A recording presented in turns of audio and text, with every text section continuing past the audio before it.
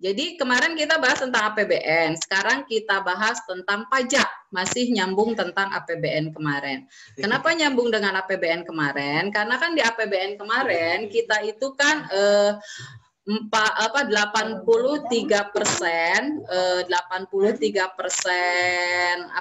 penghasilan atau penerimaan negara kita berasal dari pajak. Nah, sekarang kita akan bahas apa itu pajak, kenapa pajak, gitu ya, bermacam-macam tentang pajak. Kalau lihat di UTBK kemarin 2019 kan sekarang kita lebih ke pengen ke UTBK ya, karena UN nggak ada kan buat angkatan kalian untuk angkatan corona ini. Nah, jadi kalau di UTBK kemarin 2019 kita lihat soal tentang pajak itu lumayan banyak ya, atau bukan lumayan banyak. Jadi ada beberapa kode yang menghadirkan atau memberikan soal yang berkaitan tentang pajak. Nah, sekarang kita bicara dulu tentang pajak. Pajak itu apa, misalkan ya. Kemudian bagaimana dan apa itu pajak, kita lihat di materi berikut ini ya. Kita lihat di bukunya ini ya. Kan kalau misalnya kita lihat di materinya kalian udah ini kan, udah tahu ya di materi tentang pajak itu kalau misalkan kita kita perhatikan materi pajak itu pelajaran di kelas berapa? Kelas 11 ya. Pajak itu kalau misalkan ada yang pengen ke STAN, ada yang mau ke STAN nggak? Biasanya termasuk jurusan yang paling laku ya untuk pajak itu. Kalau misalkan kita lihat tentang pajak itu apa sih? Pajak itu pasti beda dengan iuran, beda dengan retribusi. Kalau misalkan kalian sering dengar ya. Ada mungkin yang tahu apa itu pajak? Dan tahu nggak? Apa itu pajak? Ayo sambil ngetes ini, ngetes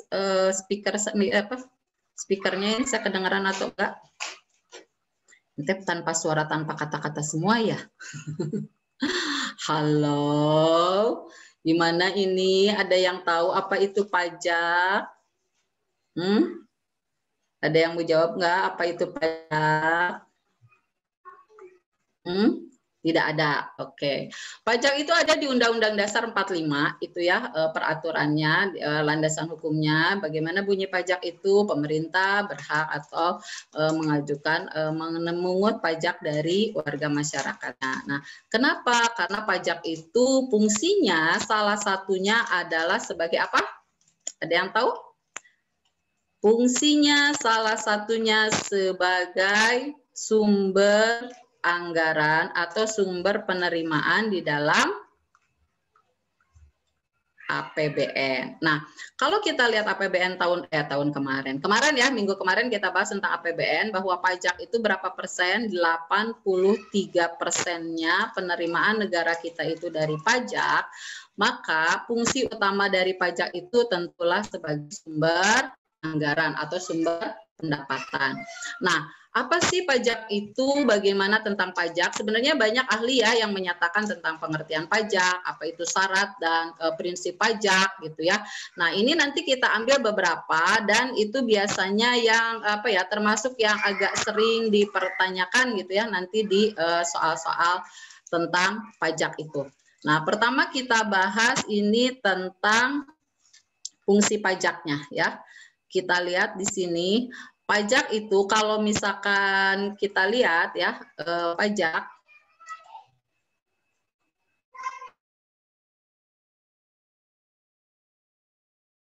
dari ini kita tahu bahwa pajak itu merupakan apa kepada negara gitu kan, yang berdasarkan undang-undang. Nah, ini kan ada undang-undangnya, ini ada kata-kata undang-undang, ini yang dapat dipaksakan dengan tidak balas jasa balik secara langsung dan digunakan untuk membayar pengeluaran umum. Secara pengertian ini berarti nanti ada ciri-ciri pajak. Ciri-ciri pajak dari pengertian itu kita bisa tahu bahwa ciri pajaknya itu ada berapa. Yang pertama itu adalah iuran rakyat. Artinya iuran rakyat berarti ini rakyat itu harus memberikan uangnya kepada negara. ini ya, iuran rakyat. Berarti rakyat itu memberikan uangnya kepada negara. Yang pertama. Yang kedua, undang-undang. Berarti dia itu ada kepastian hukumnya atau ada undang-undangnya. Dan bersifat dipaksakan gitu ya. Artinya dipaksakan kalau misalkan ini ya dipaksakan, artinya dipaksakan kalau rakyat tidak membayar pajak, maka nanti ada sanksinya secara yuridis, bisa didenda, bisa dihukum gitu ya. Itu yang dimaksud dengan dipaksakan. Sekarang tidak mendapat balas jasa secara langsung. Jadi kita bayar pajak berarti orang yang bayar pajaknya itu tidak mendapatkan balas jasa secara langsung. Contohnya gini, misalkan saya bayar PPH, mungkin kalian pernah dengar ya PPH, pajak penghasilan. Oh saya bayar pajak penghasilan nih, misalkan 1 tahun itu 1 juta misalkan, ya saya bayar pajaknya. Nah itu nggak serta-merta tahun depannya itu penghasilan saya naik. Nah itu yang dimaksud dengan balas jasa secara langsung. Tapi kalau misalkan ada satu pembayaran yang kita lakukan dan kita mendapat balas jasa secara langsung. Contohnya apa? Misalkan kita itu bayar parkir. Nah, kita kan menitipkan kendaraan kita ya ke tempat parkir itu. Nah, berarti kan kita mendapatkan balas jasa secara langsung. Kemudian digunakan untuk pengeluaran umum. Artinya apa? Bahwa apa yang kita lakukan itu pajak yang dikumpulkan itu untuk apa? Untuk kas negara atau untuk penerimaan negara yang ditujukan untuk kesejahteraan masyarakat atau kesejahteraan rakyat. Nah, itu dari pengertian pajak ya. Berikutnya kita lihat materi tentang pajak itu ke fungsi ya. Kalau kita lihat tadi fungsi pajak itu ada beberapa kan ya. Fungsi yang utamanya tadi apa? Bahwa pajak itu harus bisa atau dijadikan alat atau sumber penerimaan dari negara kita gitu ya. Nah, sekarang lihat bagaimana dengan fungsi dan manfaatnya. Kita lihat. Nah, ini fungsi pajak. Kalau kita lihat fungsi pajak itu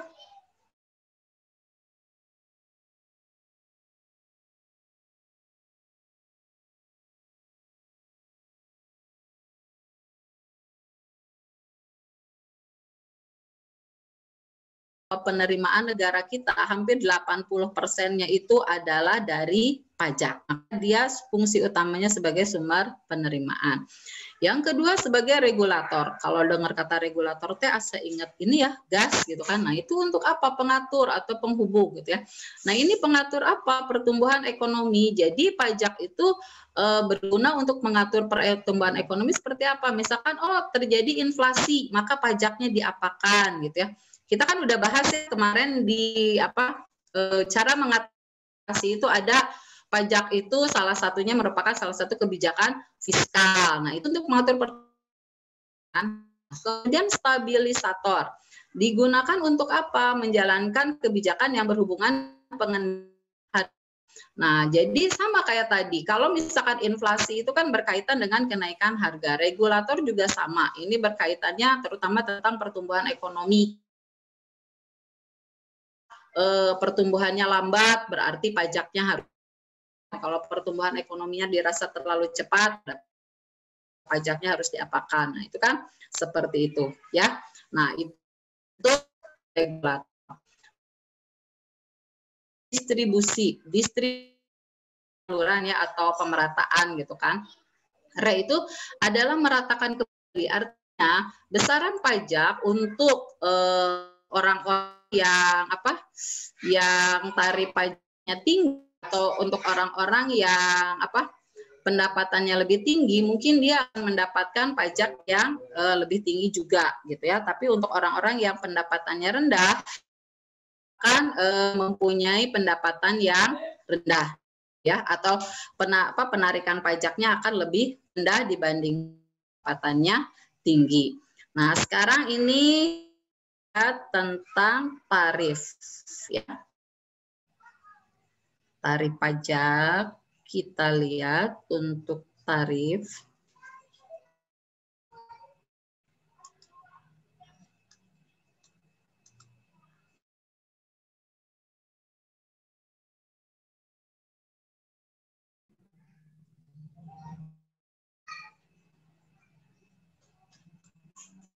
Nah ini ya, tarif pajak. Kita lihat untuk, kalau kalian ada yang mau nanya, ini aja ya, kedengeran boleh diketik atau sebaiknya ngomong sih biar kedengeran juga ya. Nah ini tarif pajak proporsional. Ini kita lihat, ini ada objek pajak. Objek pajak itu apa? Sesuatu yang subjek atau objek untuk penarikan. Misal, suatu barang itu nilainya 20 juta, 10 juta, 40 juta. Misalkan ada suatu objek pajak itu nilai ini. Kemudian besaran pajaknya kalau ditetapkan pajaknya itu adalah 2 juta semua. Jadi berapapun nilai objek pajaknya, misalkanlah objek pajaknya, kan objek pajak itu sesuatu yang dikenai pajak. Misal motornya yang harga 20 juta, 30 juta, 40.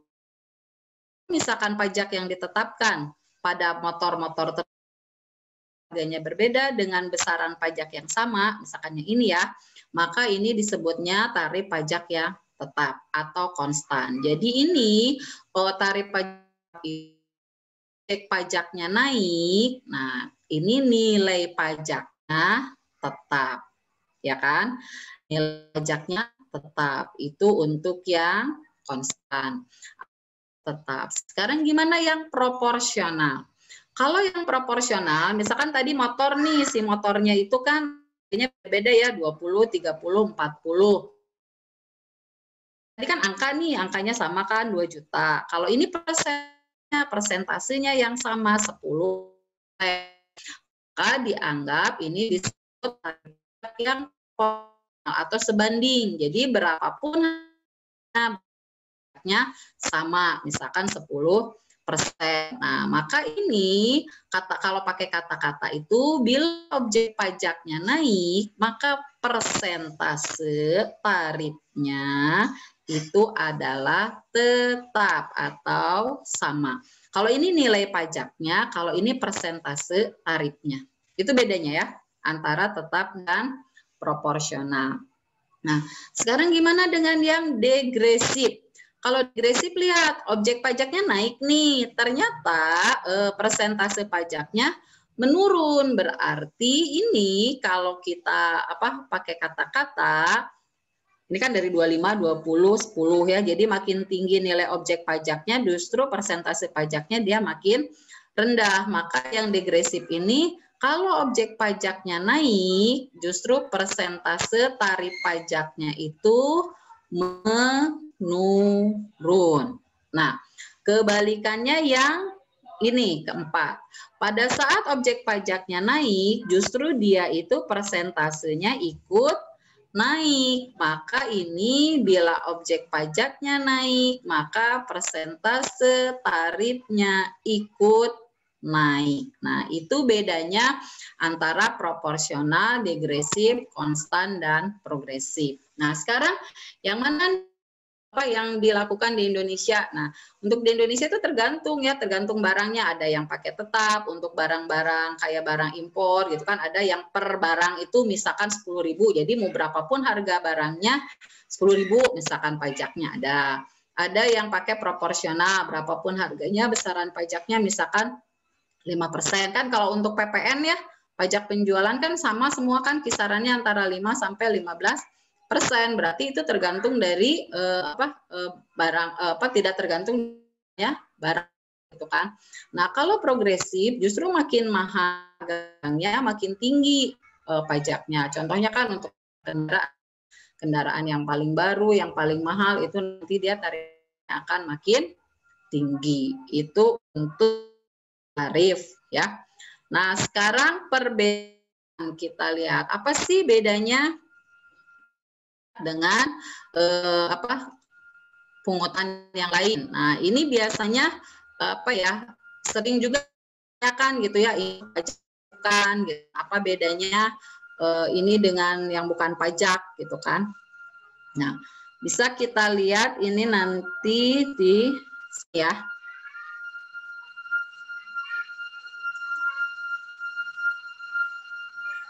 Nah, kita lihat di sini pungutan pajak resmi selain pajak gitu kan. Nah, ini nanti ada beberapa pungutan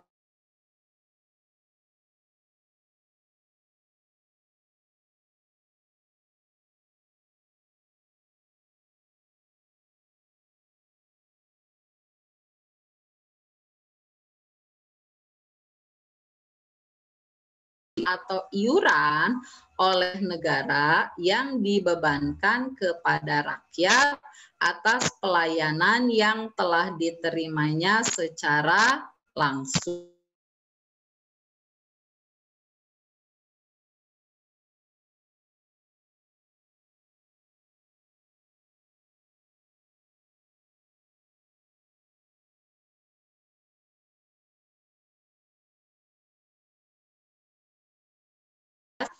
Oleh pemerintah, baik secara langsung kepada pembayar iuran tetapi kepada golongan tertentu. Jadi misalkan gini, pemerintah itu udah menyiapkan nih tempat penampungan akhir untuk sampah misalkan.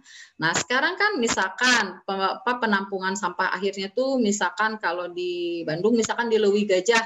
Nah sekarang rumah saya di Ujung Berung, gimana nih caranya? Mungkin dibawa dari Ujung Berung tuh ke Leuwi Gajah. Nah untuk membawa sampah dari Ujung Berung ke Leuwi Gajah itu kan berarti perlu ongkos nih gitu ya, perlu biaya transportasi dan nggak mungkin sampahnya teh dilempar gitu kan ya dari Ujung Berung ke Leuwi Gajah. Nah maka orang-orang yang merasa membuang sampah atau menitipkan sampahnya dari Ujung Berung agar sampai ke Leuwi Gajah, misalkan dia harus bayar iuran sampah, itu kayak gitu. Kemudian yang ketiga, bea ekspor dan bea impor. Ini pungutan atau iuran yang dibebankan kepada barang-barang tertentu yang akan diekspor atau diimpor pada saat barang tersebut melalui negara atau daerah tertentu. Misal, saya mau ngekspor ke Arab misalkan. Oh ini harus lewat ke Singapura dulu. Nah maka nanti pada saat lewat ke Singapura saya harus bayar dulu bea ekspor atau bea impornya gitu kan sebagai negara transit sebelum diteruskan ke Arab misalkan. Itu ya untuk bea ekspor impor. Terus cukai. Cukai itu apa? Pungutan atau iuran yang ditetapkan pemerintah atas barang-barang tertentu, misalkan rokok atau minuman keras. Nah, kalau kita lihat di bungkus rokok kan suka ada kertas ya di bungkusnya itu. Nah, itu namanya cukai. Biasanya ada harganya 2.000 apa 3.000 atau apanya gitu. Nah, itu artinya itu ada cukainya. Cukainya dari pemerintah. Itu untuk pungutan terhadap pajak. Itu ya, rokok atau minuman keras. Kemudian sumbangan. Sumbangan itu apa? Pungutan yang ditujukan kepada golongan tertentu yang dapat dilaksanakan oleh pemerintah. Jadi misalkan pungutan wajib pembangunan bisa gitu ya. Nah ini misalkan kayak sekolah gitu kan. Sekolah itu misalkan sekolahnya didirikan oleh pemerintah. Nah tapi untuk operasional sekolahnya kan, untuk perawatan sekolahnya berarti harus ada sumbangan dari warga sekolahnya gitu kan ya, dari anak-anak yang sekolah di situ gitu kan. Nah kalau sekarang kan ada BOS ya, maka BOS itu berarti nanti ngasih dia kan ke sekolahnya, jadi sudah tidak ada sumbangan lagi kalau untuk sekolah-sekolah yang negeri. Kalau untuk sekolah-sekolah swasta kan masih ada ya sumbangannya gitu. Kemudian merupakan pajak ini PEDA ya, merupakan pajak langsung yang dipungut oleh pemerintah pusat berdasarkan undang-undang. Nah ini untuk bantuan pembangunan, misalkan bangunan penerimaan untuk daerah, biasanya nanti pemerintah itu melakukan iuran atau penarikan melalui IPEDA gitu ya. Itu untuk beberapa istilah. Tapi yang sering keluar tuh biasanya untuk parkir itu apa, contoh dari apa gitu ya, kalau untuk di soalnya gitu biasanya.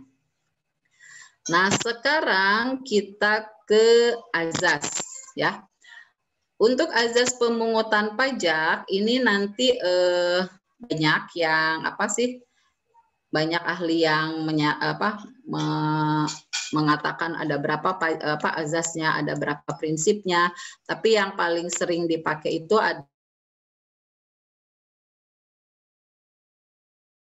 oleh Adam Smith ya. Jadi dalam pemungutan pajak itu biasanya ada 4 gitu ya, ini yang dikemukakan. Pertama adalah keadilan atau kesamaan. Berarti siapapun warga negaranya untuk mau dia posisinya sebagai apa, RT, RW, lurah, misalkan presiden gitu, anak presiden, anak lurah gitu ya, itu sama posisinya. Semua wajib pajak wajib berarti membayar pajak. Jadi kalau misalkan dia beli motor nih, oh karena dia mah anak presiden nggak usah bayar pajak, enggak, tetap aja sama gitu ya, kayak rakyat biasa. Itu kesamaan. Kepastian. Kepastian ini berarti ada undang-undangnya. Ini untuk menentukan apa? Kepastian hukum. Jadi kepastian hukum di sini menentukan berapa nih besaran pajak yang akan ditarik oleh pemerintah, berapa besarnya, kapan berapa besarannya, kapan waktunya gitu ya. Nah, itu untuk kepastian hukum. Kemudian ketepatan waktu. Ketepatan waktu ini berkaitan dengan ketepatan waktu pemungutan pajak. Jadi kapan nih pajak ini dipungutnya? Apakah sebelum gajian atau setelah gajian? Apa awal tahun, akhir tahun, awal bulan gitu ya. Nah, ini untuk penghitungan ketepatan waktu pemungutan pajak. Ekonomis. Nah, ekonomis di sini artinya biaya pemungutan pajak ini tidak boleh lebih besar dari hasil dari pajaknya. Jadi kalau misalkan nih hasil dari pajak itu diperkirakan akan memperoleh 10.000, tapi biayanya itu 100.000. Nah, itu berarti dia tidak ekonomis ya. Itu untuk azas. Berikutnya itu adalah untuk jenis-jenis pajak. Nah, jenis pajak ini nanti banyak ya di sini kan udah diskan, ada beberapa kita bahas sekalian ya.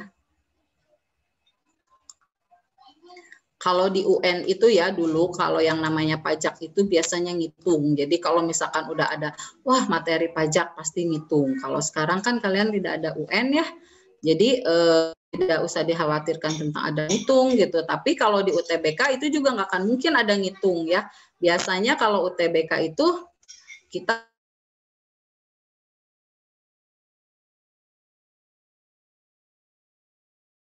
apa yang harus soal-soal yang mudah biasanya ya, yang mungkin nanti harus kita ketahui atau bisa saja nanti yang keluarnya itu istilah-istilah yang berkaitan tentang pajak gitu ya. Nah, ini untuk lembaganya. Nah, ini untuk jenis pajak ya. Kita lihat ini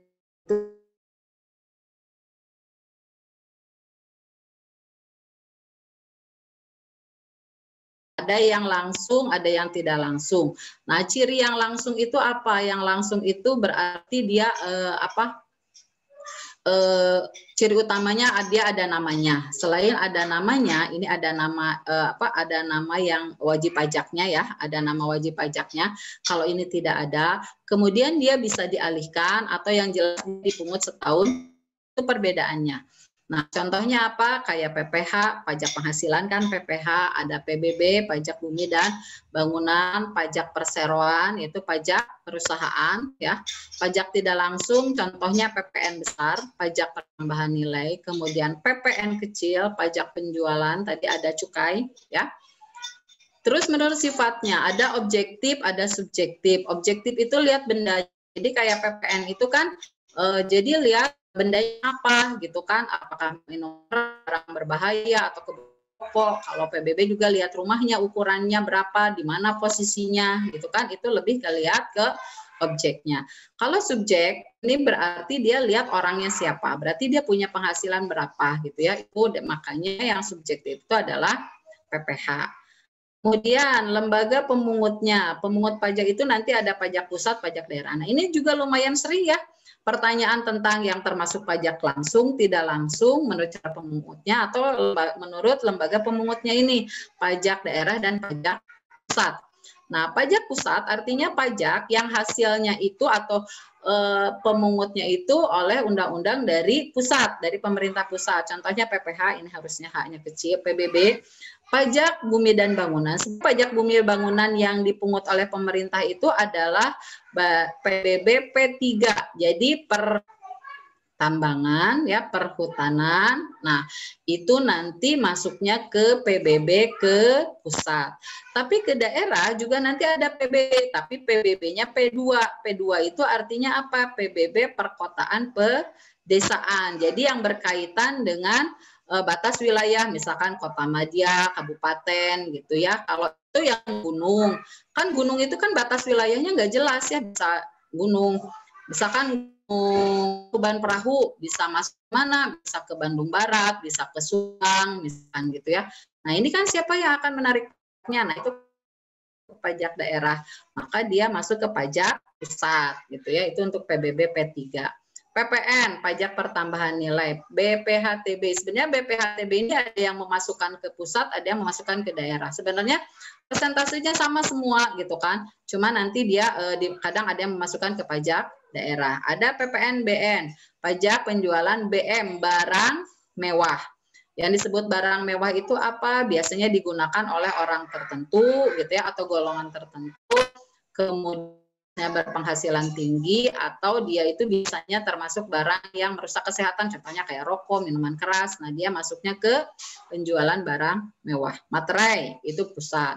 Kalau daerah nanti PKB. PKB itu apa? Pajak kendaraan bermotor, pajak hotel, pajak restoran. Itu masuknya ke pajak daerah ya.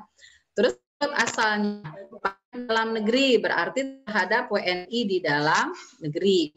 Kalau pajak luar negeri berarti untuk atau ditarik kepada WNA yang ada di dalam negeri. Kan kalau di Indonesia itu juga kan banyak WNA ya. Nah, maka WNA ada di Indonesia juga nanti dikenai pajak kalau menurut asalnya ini ya. Itu untuk jenis pajak. Nah, sekarang untuk sistem pemungutan pajak. Sistem pemungutan pajak ini nanti ada beberapa ya yang dikenal itu nanti sistemnya kita lihat. Nah, ini sistem pemungutan pajak. Yang pertama adalah official. Official itu adalah sistem pemungutan pajak yang dilakukan oleh aparatur pemerintah atau kantor pajak. Pemerintah menentukan besarnya pajak yang terutang. Pajaknya berapa nih? Jadi misalkan ditentukan oleh kantor pusat. Jadi misalkan oh ini PP-nya sekian. Nah, maka ini official. Kalau self assessment berarti yang memberi wewenang kepada wajib pajak untuk menentukan sendiri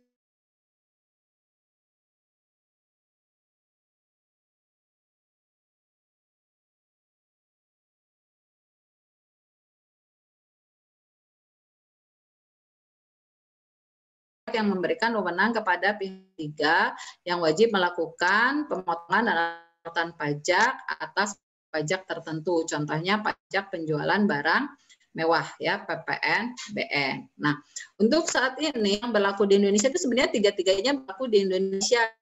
Cuma sekarang kebanyakannya udah self assessment ya. Ada self assessment-nya, ada yang withholding juga gitu ya. Jadi sebenarnya semuanya berlaku di Indonesia. Nah, sekarang ada objek pajak dan cara pengenaannya. Ini nanti kalau kita lihat bisa ya satu. Ini objek pajak dan cara pengenaannya ini. Kalau misalkan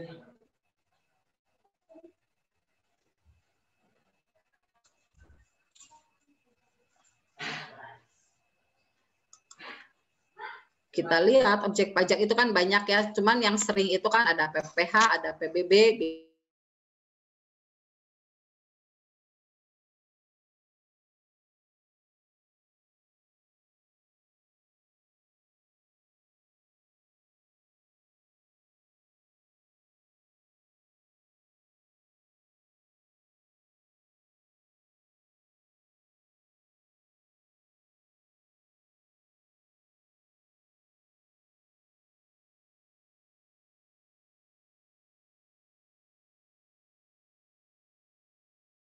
undang-undangnya, ada yang hanya melakukan peraturan pemerintah.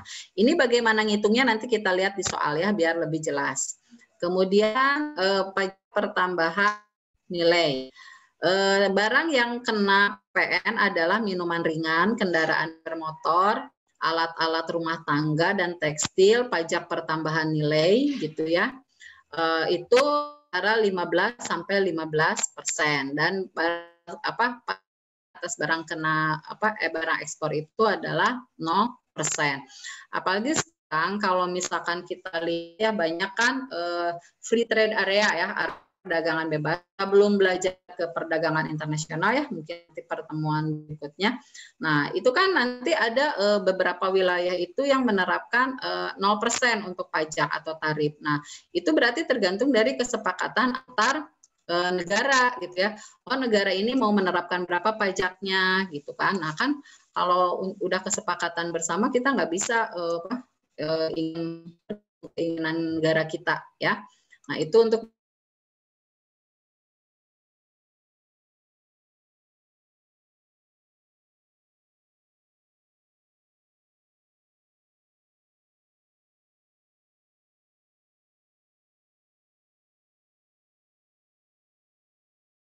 mewah, barang mewah itu adalah bukan barang kebutuhan pokok, dikonsumsi oleh masyarakat tertentu, umumnya dikonsumsi oleh masyarakat berpenghasilan tinggi, dikonsumsi untuk menunjukkan status sosial, dan barang yang apabila dikonsumsi itu dapat merusak kesehatan atau moral masyarakat. Nah, ini barang pajaknya itu 30-200%. Jadi kalau barang mewah itu pasti pajaknya lebih tinggi. Makanya orang-orang kaya itu banyak ya yang dia itu tidak bayar pajak gitu ya, karena apa? Berat gitu ya. Karena kan dia makin kaya, makin mahal barang dia punya, biasanya tarif pajaknya makin tinggi gitu ya. Karena 30-200% gitu kan. Kemudian ini sekarang sedikit lagi ya sebelum ke soal.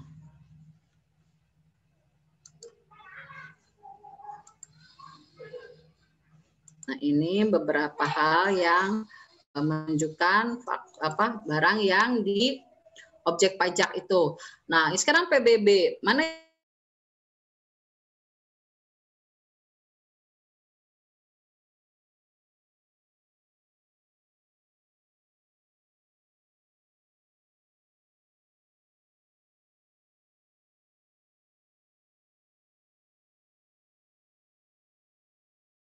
wisata, taman nasional, perwakilan diplomatik dan konsulat, badan atau perwakilan internasional. Nah, untuk yang perwakilan diplomatik ini nanti ada beberapa kadang yang timbal balik ya, kalau misalkan nih konsulat atau diplomatik kita di luar negeri harus bayar pajak.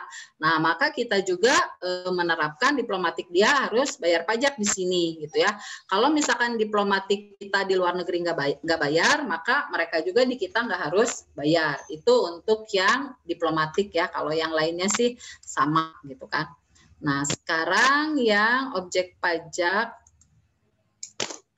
berikutnya kita lihat.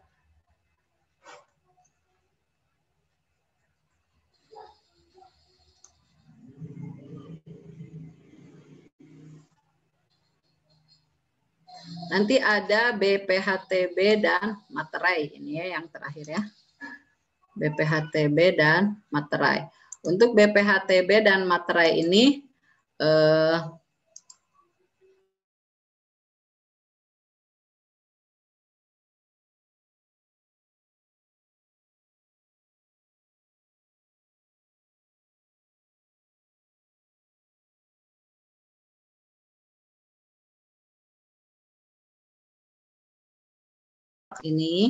kemudian kalau P2 itu perdesaan dan perkotaan.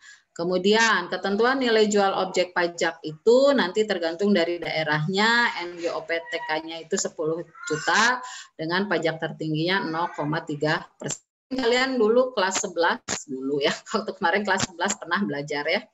BPHTB objeknya itu meliputi pemindahan hak, pemberian hak baru, kemudian pemberian haknya bisa hak milik, hak guna, dan lain sebagainya. Kemudian ini untuk materai. Kalau materai mungkin kita sudah familiar ya.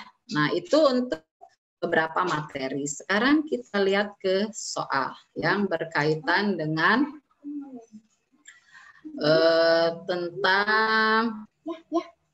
tentang soal ini. Kita lihat.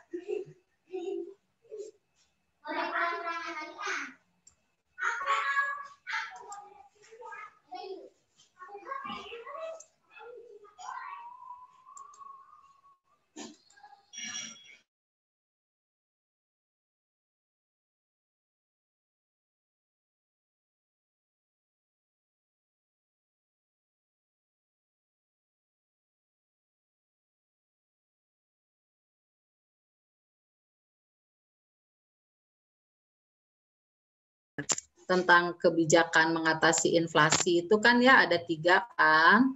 Jadi yang pertama itu ada moneter, kemudian ada fiskal.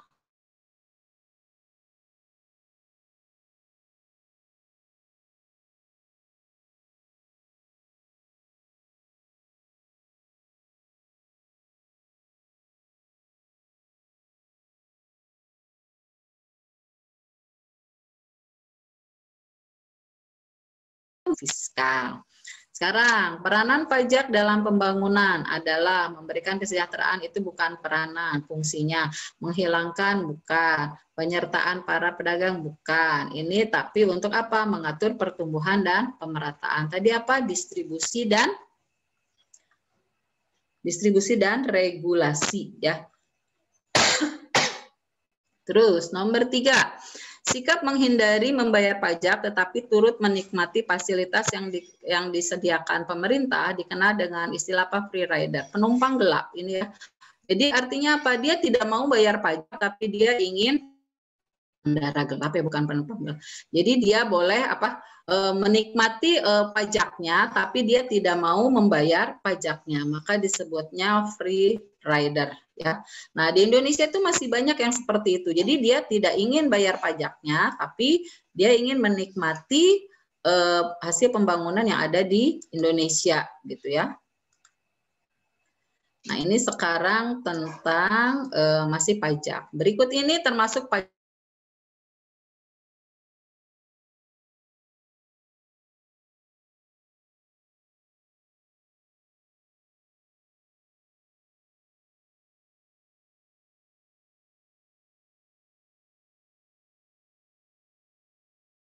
transaksi, artinya bila terjadi transaksi itu tiap terjadi transaksi atau kejadian, terus ini bisa dialihkan kepada orang lain. Misalkan kita rame-rame nih jajan ke fast food, yang bayarnya boleh orang lain gitu kan. Nah, ini karena apa? Karena tadi tidak ada namanya. Nah, ini kita lihat pajak pertambahan nilai. Ini betul, karena kan ini kalau ada transaksi baru kita bayar. Pajak penghasilan. Nah, pajak penghasilan ini adalah pajak yang dipungutnya tiap apa? Tiap setahun sekali. Maka ini termasuk kepada pajak langsung ya, bukan pajak tidak. Sekarang, sistem perpajakan yang dapat digunakan untuk mengatur tingkat pemerataan. Pemerataan itu artinya yang kaya dia dapat pajak yang tinggi, berarti harus pajak yang gimana? Progresif. Berarti apa tadi progresif itu? Semakin objek pajaknya tinggi, maka persentase tarifnya juga makin tinggi atau meningkat. Terus, dalam melaksanakan pemungutan pajak harus diperhatikan efektivitas dan efisiensi. Artinya mempertimbangkan agar biaya pemungutan pajak tidak melebihi hasil. Tadi biaya tidak melebihi hasil itu adalah prinsip ekonomis. Artinya biaya pemungutan pajak itu tidak boleh lebih besar dari hasil yang kita peroleh dari pajak tersebut. Itu 6 soal. Sekarang berikutnya kita teruskan lagi. Kalau ada yang mau nanya boleh ya, kalau yang nggak ngerti.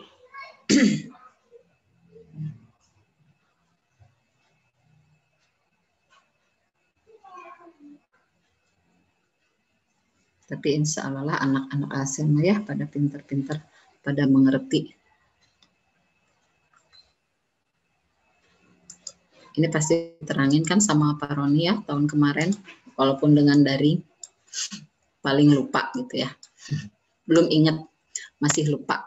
Nah, sekarang yang termasuk fungsi utama pajak. Tadi pajak itu apa? Budgeter, sumber pendapatan negara. Betul.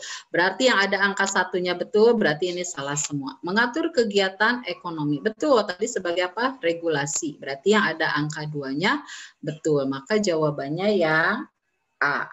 Gitu ya. Itu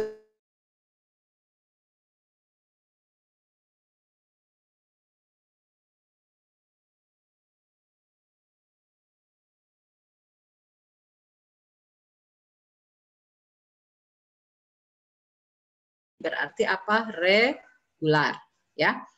Berikut ini termasuk pajak daerah. Pajak daerah itu berarti pajak yang dipungut oleh pemerintah daerah. PPH ini termasuk pusat. Kendaraan bermotor, nah ini oleh daerah. Nah, tadi kan saya bilang ya untuk jenis-jenis pajak jangan lupa karena itu sering ditanya. Tadi kan ada pajak langsung, sekarang ada pajak daerah ya. Jadi untuk pajak ini kalian harus menghafalkan tentang tadi ya jenis-jenis pajak terutama ya. Karena soalnya lebih sering ke sana gitu kan. Sekarang lihat nomor 10 dan 11.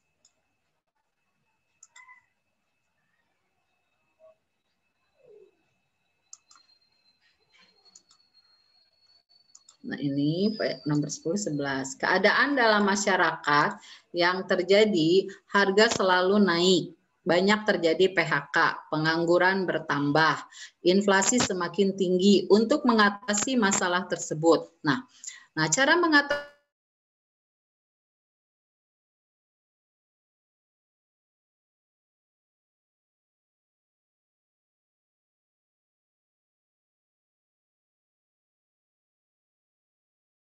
kebijakan fiskal, berarti fiskal itu tentang pajak atau pengeluaran, berarti menaikkan tarif pajak betul, diversifikasi pajak bisa betul gitu ya. Ini suku bunga bukan, ini juga bukan, dia moneter, ini juga bukan. Berarti jawabannya 1 dan 2. Itu nomor 10, berarti jawabannya yang A.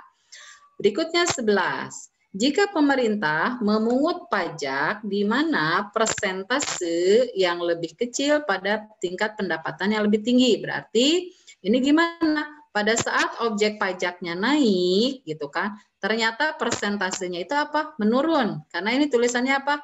Persentase yang lebih kecil pada tingkat yang tinggi. Nah, daripada tingkat pendapatan yang ini gimana? Persentase lebih kecil pada tingkat daripada tingkat pendapatan yang rendah. Berarti ini apa? Menurunkan. Berarti dia degresif.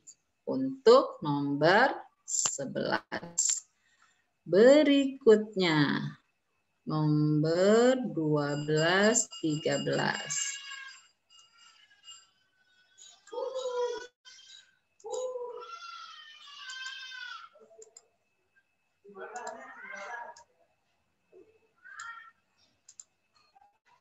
Nah, saat ini pemerintah Indonesia menggunakan pemungutan pajak dengan sistem apa? Yaitu dengan sistem apa? Self assessment, yaitu yang memasukkan sendiri besaran pajaknya berapa gitu ya. Yang ada e-filing itu kan dia mengaku sendiri deh berapa dia punya penghasilannya, berapa dia punya hartanya gitu ya.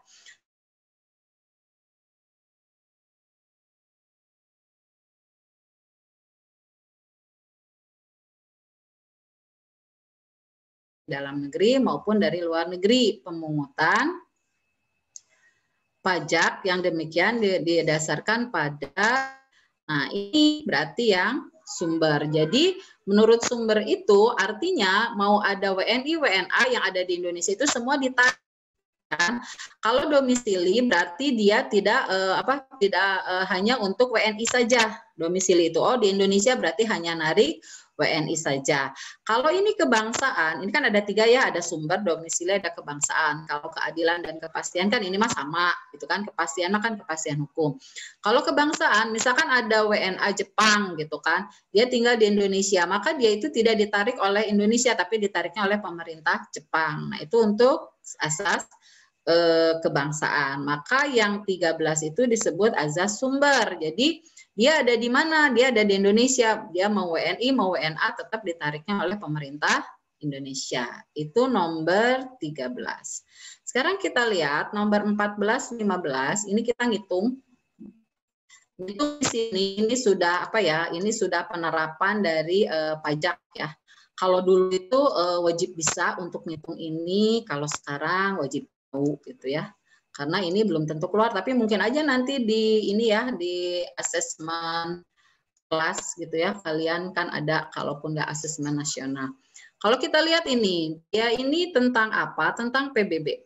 PBB, pajak bumi dan bangunan.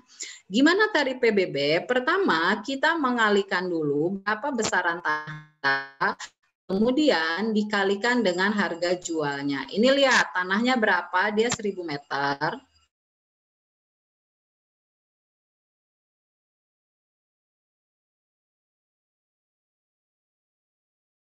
500.000, berarti ini jumlahnya berapa? 500 juta. Gitu ya. Kemudian bangunan. Dia punya bangunan panjangnya luasnya 600 meter dikali dia itu harganya 1.300 sejuta 300 ya. Nah, maka ini saya udah ngitungnya biar nggak lama. Nah, dia 1.300.000 berarti berapa harganya? Ini adalah 780 juta. Nah, maka ini nanti dijumlahkan. Udah ya, dia kan nggak punya apa-apa. Dijumlahkan. Nah, jumlah ini disebutnya NJOP. Apa nilai jual objek pajak? Berapa jumlahnya? Berarti ini kita jumlahkan segini, gitu kan? Ini 0, ini 8, ini 12. Berarti 1.280.000.000 juta. Kemudian di sini ada NJOP. Ini ada pagar ya? Oh, dia punya pagar. Salah. Berarti dia ada pagarnya. Sebentar. Salah ya, ini kita hapus dulu. Ternyata dia punya pagar mewah. Kita hapus sebentar. Nah, ada yang nanya waktu itu, Bu, apa sih yang disebut pagar mewah? Pagar itu tergantung dari wilayahnya. Jadi di wilayah dia, kalau misalkan umumnya pada pakai pagar besi, misalkan berarti dia tidak dianggap mewah.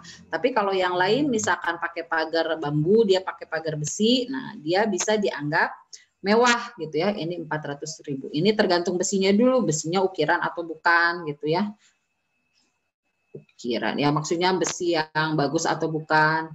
Nah, ini untuk pagarnya sama dikalikan dengan NJOP-nya, berarti ini jadi 1.370.000.000. Nah, ini untuk NJOP-nya. Kemudian, ini NJOP kan tadi ya, nilai jual objek pajak. Kemudian ada nilai jual objek pajak tidak kena pajak, NJOP TKP. Berapa NJOP TKP-nya? Kita di soal NJOP TKP-nya itu adalah 8 juta. Nah, ini berarti dipotong 8 juta. Nah, ini untuk besaran tiap daerah itu beda-beda. Artinya apa sih 8 juta ini? 8 juta ini artinya di daerah tersebut kalau ada bangunan bernilai 8 juta maka tidak kena pajak. Maka ini 362 juta. Itu kayak gitu ya. Nah, sekarang tarif yang harus dibayarnya berapa? Nah, kalau dia dulu itu tarif pajak itu besarnya berapa? Itu 0,5% dikali, oh ini NJOP TKP, NJOP KP. Kalau ini nilai jual objek pajak kena pajak. 0,5% dari 20% NJOP KP. Kalau kita lihat 0,5 kali 20 1, ya kan? Ini 10, ini per 10.000. Berarti ini adalah sama dengan 1/1000. 1/1000 dikali 1.362. Itu kan? Berarti ini adalah 1.362.000. Kalau misalkan di soal itu tidak dituliskan berapa persentasenya, maka kita anggap sebagai 1% ya besaran pajaknya. Sebenarnya ada aturannya. Kalau di atas 1 miliar itu jadi 2% gitu ya. Tapi kalau umumnya kalau misalkan tidak ditulis berapa besaran pajaknya, kita anggap sebagai 1%. Maka tadi nomor 14 itu jawabannya adalah yang A ya. Berikutnya sekarang kita lihat soal nomor 15 terakhir. Bentar ya, ini terakhir itu ada salah angka juga.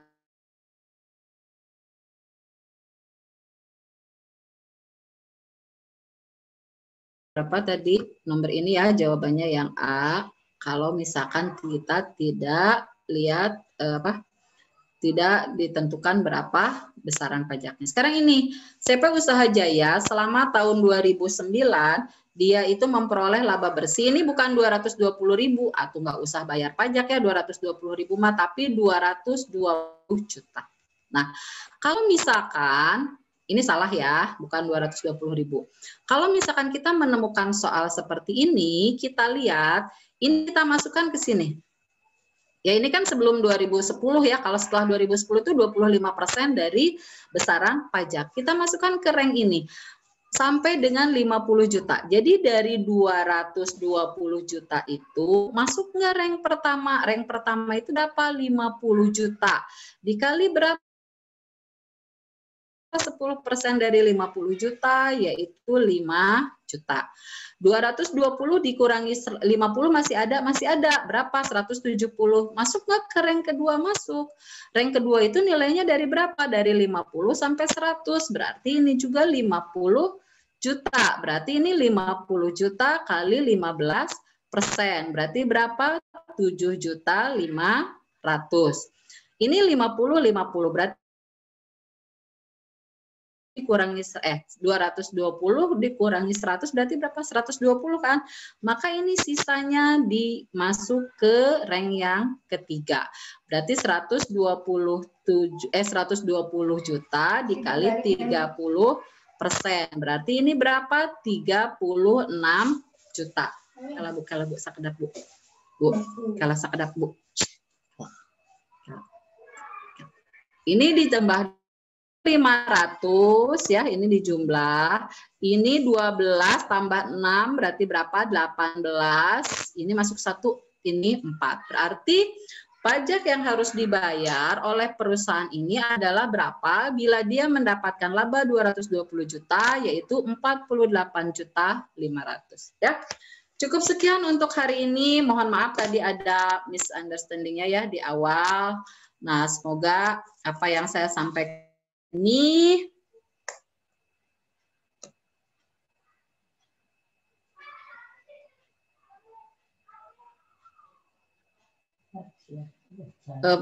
mohon maaf atas segala kekurangannya. Semoga apa yang disampaikan ada guna dan manfaatnya. Ada yang mau komentar mungkin? Ini gimana? Kelihatan nggak tadi itunya share screen-nya ya? Share screen-nya. Lihat PDF. Cukup sekian untuk hari ini. Mohon maaf atas segala kekurangannya. Terima kasih atas segala perhatiannya. Assalamualaikum warahmatullahi wabarakatuh.